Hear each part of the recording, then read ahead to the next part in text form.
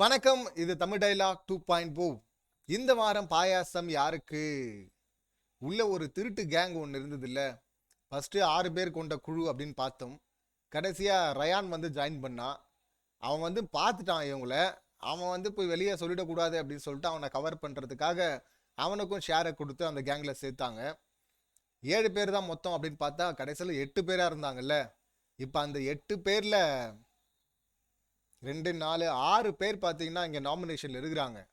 இப்போ danger zone அப்படின்னு பார்த்தா 4 பேர் இருக்கிறாங்க. அந்த 4 பேருமே பார்த்தீங்கன்னா அந்த திருட்டு கேங்கை சேர்ந்தவர்கள் தான்.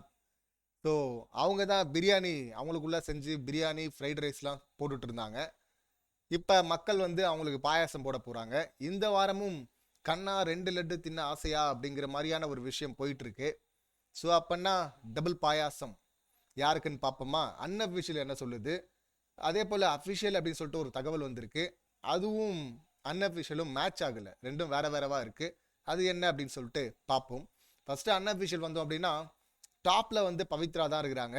1,25,000 ஓட்டு. பவித்ராக்கு இது தெரிஞ்சாவே அவங்க ஷாக் ஆயிடுவாங்க. இது எனக்காக வந்த ஓட்டு இல்லை அப்படின்னு சொல்லிட்டு சிரிச்சுக்கிட்டே சொன்னாலும் சொல்லுவாங்க.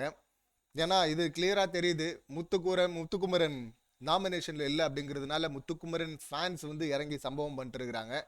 சௌந்தர்யாவை பீட் பண்ணணும் பவித்ரா அப்படின்னு. ஸோ இதெல்லாம் வெளியே நடக்கிற சம்பவம். வெறும் பிளேக்காகலாம் அவங்க அவ்வளோ தூரம்லாம் இல்லை. ஐ மீன் வெறும் இல்லை, பிளேக்காக அவங்க இல்லை. இது வெளியே நடக்கிற பிளேக்காக தான் அவங்க அந்த இடத்துல இருக்கிறாங்க. ரெண்டாவது சௌந்தர்யா இருக்கிறாங்க, 1,15,000 ஓட்டு. அப்போ இவங்க மட்டும் என்ன எதுக்காக இருக்கிறாங்கன்னா இவங்க பிஆர்ஆல இருக்கிறாங்க அப்படிதான் சொல்லணும். பிளே பார்த்தா ரொம்ப மோசமாக இருக்குல்ல. ஏற்கனவே ராணாவே கலாச்சிட்டு இருக்கிறான். ஏற்கனவே 2 முறை உனக்கு வார்னிங் கொடுத்துருக்குறாங்க, இது 3வது முறை தப்பு பண்ணுற அப்படின்னு சொல்லிட்டு. ஸோ தப்பு பண்ணுறது வாரம் வாரம் பண்ணுவாங்க போல இருக்கு.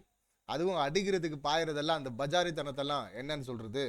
ஸோ இந்த இடமும் இவங்களுக்கு தகுதி கிடையாது. டாப் 5ல இருக்கிறதுக்கே தகுதி இல்லை அப்படின்னு தான் என்ன கேட்டால் நான் சொல்வேன். அடுத்து 3வது இடத்துல ஜாக்லின் இருக்கிறாங்க. அவங்க 63,000 ஓட்டில் இருக்கிறாங்க. 4வது இடம் அருண், 59,000 ஓட்டு. 5வது இடம் அன்ஷிதா இருக்கிறாங்க, 50,000 ஓட்டில் இருக்கிறாங்க. 6வது ரயானும் 50,000 ஓட்டில் இருக்கிறாரு. பட் ஆக்சுவல் டிஃப்ரென்ஸ் பார்த்தீங்கன்னா ஒரு 500 ஓட்டு இருக்கு. இப்போ அடுத்து 7வது இடத்துல சத்யா இருக்கிறாரு. சத்யாவும் பார்த்தீங்கன்னா 50,000 ஓட்டில் தான் இருக்கிறாரு. ஆக்சுவல் டிஃப்ரென்ஸ்னு பார்த்தீங்கன்னா ரயானுக்கும் சத்யாவுக்கும் நடுவில் ஒரு 100 ஓட்டு இருக்கு.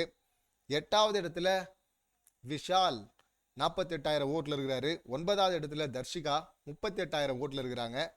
கிளியரா அன்அஃபிஷியல் சொல்லுது சிங்கிள் விக்கெட் அப்படின்னா தர்ஷிகா தான் அப்படின்னு சொல்லிட்டு, டபுள் அப்படின்னா விஷால் அண்ட் தர்ஷிகா அப்படின்னு சொல்லிட்டு அன்அஃபிஷியல் சொல்லுது. திருட்டு கேங் இவங்க, திருட்டு கேங்கில் இருக்கிற திருட்டு லவ்வர்ஸ் அப்படின்னு கூட சொல்லலாம்.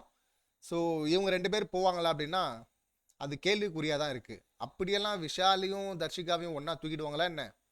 இதுக்கு முன்னாடி ஃப்ரெண்ட்ஷிப் அப்படின்னு சொல்லிட்டு இருந்த கும்பலில் 2 பேராக தூக்கியிருக்கிறாங்க. அந்த மாதிரி சீசன் 5 நினைக்கிறேன், வருண் அண்டு அக்ஷராவா அவங்கள தூக்குனாங்கல்ல ஒரே டைமில். ஸோ அந்த மாதிரி தூக்கியிருக்கிறாங்க. தூக்குனா நல்லா தான் இருக்கும். பட் சேனல் இதை பண்ண மாட்டாங்க அப்படின்னு சொல்லிட்டு, ஏன்னா சேனல் மேலே நமக்கு அவ்வளோ நம்பிக்கை, அவங்க பண்ண மாட்டாங்க அப்படின்னு தான் தோணுது. இப்போ அஃபிஷியல் அப்படின்னு சொல்லிட்டு ஒரு தகவல் வந்திருக்குல்ல, அந்த தகவலில் பார்க்கும்போது இந்த ஆர்டர் வந்து சஃபிளாக இருக்கு. டாப்பில் அதாவது லீஸ்டில் கடைசி 4 எடுத்தோம்னா அதில் டாப்பில் வந்து விஷால், அடுத்து ரயான், அடுத்து தர்ஷிகா, அடுத்து Sathya. So Darshika Sathya double eviction அப்படின்னா தர்ஷிகா சத்யா இவங்க போகிறது தான் வாய்ப்பு அப்படின்னு இருக்கு அப்படின்னு சொல்லிட்டு அந்த அஃபிஷியல்னு வந்த அன்அஃபிஷியல் தகவல் சொல்லுது.